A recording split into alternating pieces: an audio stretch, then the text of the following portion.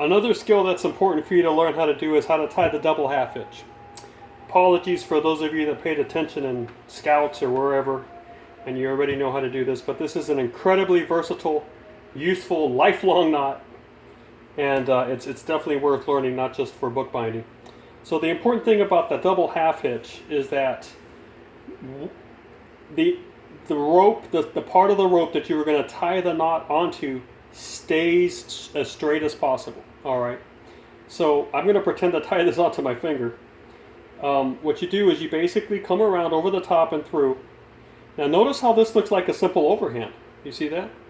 So if you know how to do the overhand knot, which is basically just over and then through, you're on the right track for the double half hitch, because just go ahead and put your finger through the top part of that knot, and that's what you want to see. Now that's one hitch, but a double half hitch is going to give another hitch just like that. So we're going to go over, behind, and then through, and that's all you need to do. Okay, but now you have to tighten as far as like the hitches go, but now you need to tighten it. Okay, so as you begin to tighten it, you have to work those hitches up, but you have to keep the core part of the rope straight, the part that the hitch is being tied onto. You're actually tying the hitch onto the rope itself. Okay, now that's a decent double half hitch. That'll serve your purpose as well for bookbinding. If you want to really match it up, then what you're going to do is you're going to make sure that the exiting end of the rope is going to match the entering part up top. You see how now I have these two hitches matching right there. They're both on the same side.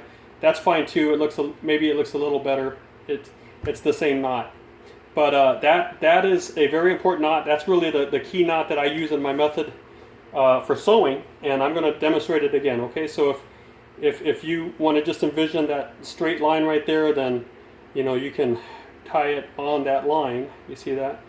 There we go. I'm tying it on the line. Now as I begin to straighten it, that rope is going to want to get out of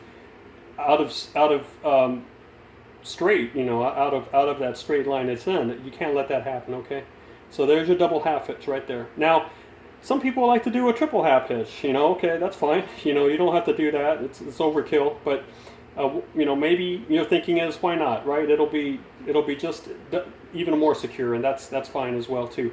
Now when you've done it right, that half hitch is going to slide on the rope. You see that?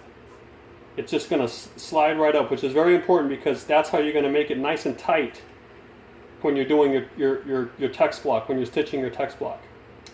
All right, that's the double half hitch. I'm sure that you can find, this is a very, very common hitch, and you can just Google it, how to tie the double half hitch, and you'll see a step-by-step graphic, I'm sure, or you can watch a YouTube video besides mine.